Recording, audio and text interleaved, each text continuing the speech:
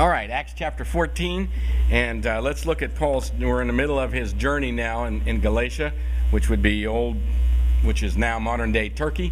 The people that lived in this area, they were Gauls, and they also lived in France, and they were a relatively violent people. They had moved all over. It's really interesting how Europe changed so much in how the people would live. They would live there for a while and then they'd move, or someone would take them over. These actual people he's talking to are no longer living in Turkey. They are long gone. There's much we don't know about the society there. It was wiped out. And there are some stories about it, but very little that we actually know of the people in that area who lived there when Paul witnessed to them. So they are long gone. So you can go there and see a few things, but not much in Turkey left where Paul was at his time. So let's look at chapter 14 and beginning in verse 1. At Iconium, Paul and Barnabas went as usual into the Jewish synagogue. Now, I circled as usual in here because it was what Paul always did. He went to the synagogue first, and he would preach to the Jews, and then he would get them stirred all up, and they get mad at him, and then he'd just say fine, and he'd go to the Greeks, and he'd go to the Gentiles, And so, but that was always what he did. And Romans even talks about how much Paul loved Israel and loved the Jewish people, and his heart's desire was for them to be saved. And so he would go and witness to them first, everywhere he went. And usually it got him into trouble. All right, the middle of verse 1 now. There they spoke so effectively that a great number of Jews and Gentiles believed. So the Gentiles would be the ones on the outside watching, probably proselytes. They were not allowed inside, but they could hear. But the Jews who refused to believe stirred up the Gentiles and poisoned their minds against the brothers. Isn't it interesting how gossip and lying goes so far back in dealing with, and how people deal with the trouble that they have in their lives or the things they disagree with? Very seldom, it seems, in church at least, and certainly even in our culture, do you really get an honest debate over issues. Have you ever noticed that? It doesn't matter which side it is politically. Everybody takes a snippet of information that might be a little bit colored or a little bit dark or a little bit incorrect or a little bit not good, and we just blow it all up. Some guy stumbles just a little bit. It's interesting that years ago, President Ford tripped going up or down, I can't remember, up the stairs or down the stairs to an airplane, and from then on he was the klutz. However, he did play football for the University of Michigan when he was in Michigan, and he was an avid sportsman and an avid athlete, but he tripped one time, and so he's a klutz. And that seems to be the way things are in the world. It's the way the world does things. It manipulates people by their bad thinking about things, and right here, they poison their minds. It is so important for you to watch be careful for what you hear and what you listen to and to whom you listen. I had a person one time ask me, how do you know what's true anymore in this world? And I said, watch Fox News.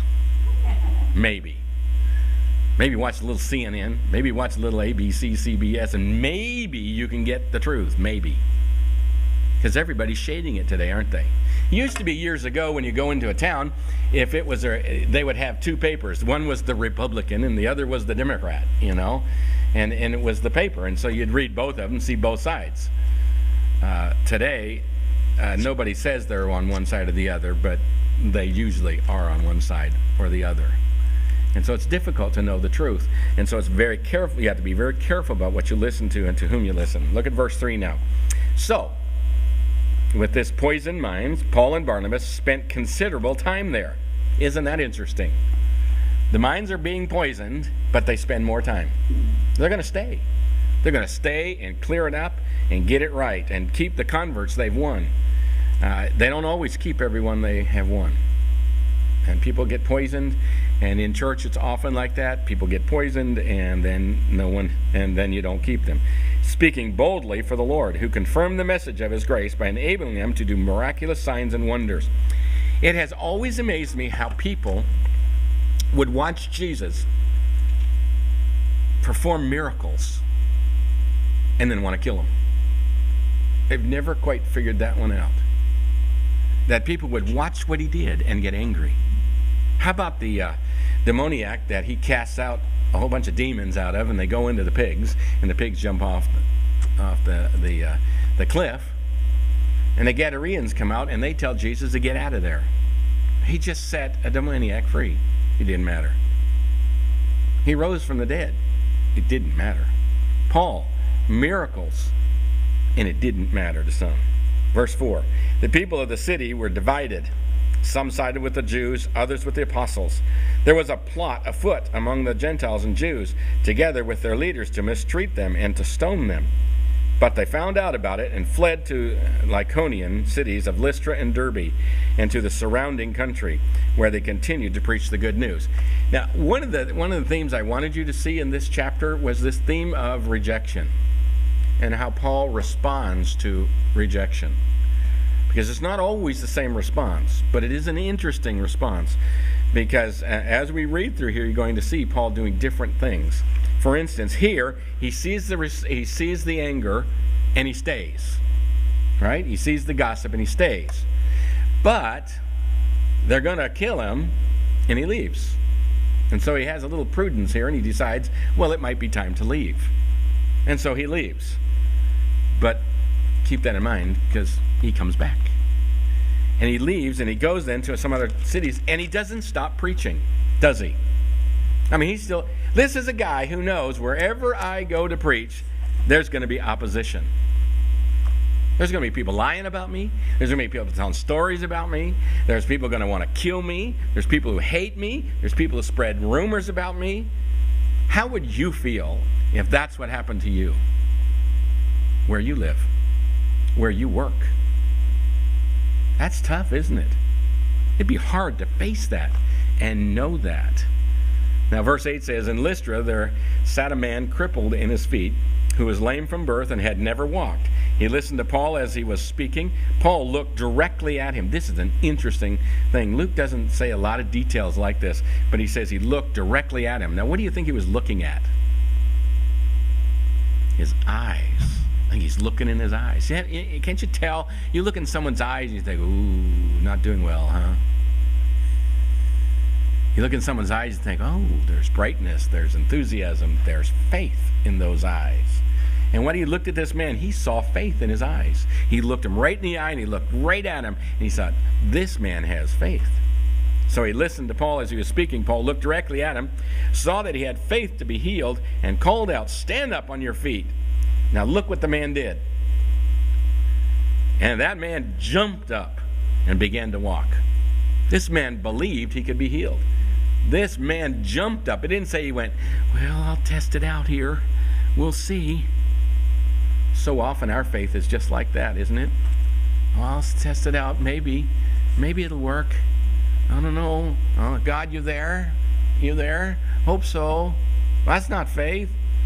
Faith jumps up, it knows. It jumps up and it knows. And I can imagine that Paul just went, yeah, a guy who believed, and look what happened, look what God did. Now look at verse 11. When the crowd saw that what Paul had done, they shouted in the Lycaonian language, the gods have come down to us in human form. Barnabas they called Zeus, and Paul they called Hermes, because he was the chief spokesman or speaker. Now what's interesting about this, you say, why in the world would they do that? Well, these obviously are Greeks now, and they're living in Turkey, which is not Greece, but they've migrated over.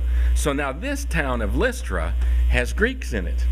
But why would they say Barnabas is Zeus? That's all they know? Yeah, that's partially true. There is an old story in this area that Zeus and Hermes had come to the Phrygian hill country. That's this area. And when they came to this hill country, they were disguised as mortals seeking a place to stay. They went to at least 1,000 homes asking for someone to please put them up. Only one couple was willing to put them up. That couple's name was Philemon or Philemon, not the same one from the Bible. Philemon and Bacchus. And they freely welcomed them in and fed them and gave them a good meal and gave them a place to stay. And in appreciation, the gods turned their cottage into a golden temple. The old couple were turned into an oak and linden tree, and live happily ever after. Now that's the story. Except the last part is that the homes of the inhospitable people were all destroyed. Now that's the story. That's the folklore. In walk two guys, Zeus and Hermes, creating miracles. They must be gods. And they don't want to blow it this time.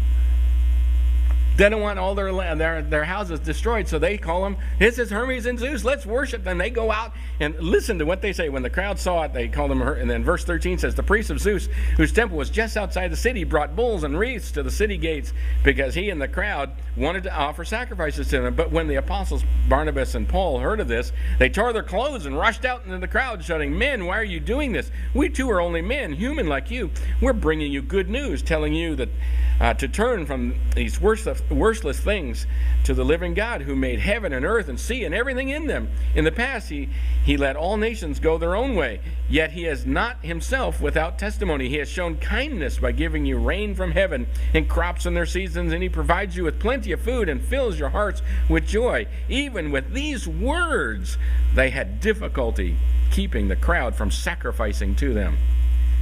Then some Jews came from Antioch. We'll go on from there. Even when he told them the truth, they had trouble. They were so controlled by the story of the past, so controlled by the culture of their day, that even the truth didn't get through. In our lives, it's so difficult to get past the culture that we live in. The culture with its language, with its responses, with its anger, with its mistreatment of people, with its insolence towards God, with its desire to be on its own without God. We have a culture that is anti-God. And it's really hard for us. I would imagine if we could come back, if the Lord tarries and there's no return of Christ in the next 1,000 years, and that's probably not going to happen. I think he is going to come back before then. But let's assume he does not, and the church goes on for another 1,000 years. There will be believers here. There will be some in America, if America even is still here. But there will be people here who know Jesus, and they will look back at 2000, 2010, and say, what a dark age that was. Much like when we look at the Dark Ages to us. Can you believe how dumb people were before they had their Bibles, before they could read, how ignorant they were of God and his ways, how little they knew in all of Europe back in 1,000 and 2,000 and 1,200 and 1,300 and 1,400 and 1,500, finally starting to read and finally getting the Word of God out in the 15s and 16s. And here we are today. And we look at those as the dark ages, the bad situation. In 1,000 years, they'll look back and they'll say, another dark age. Not because we don't know, not because we don't have the Word, but we really don't know it, and we don't live it. And we are so controlled by our own culture that we have no idea how inconsistent it is with the Word of God itself. You ask most people, do you have a Christian worldview? And most Christians will say, absolutely. But they really don't. Because as you start getting down to issues and the desires of their hearts, you start finding out they're not Christian at all. Now you might think, well, I'm opposed to abortion, so I have a Christian worldview there, and I vote for guys who are pro-abortion, so I have a Christian view there. And I'm going to tell you, that is just a minor little part of a Christian worldview. The Christian worldview starts with, what is the desire of your heart? It doesn't end there, it starts there. And from that desire comes so many other things.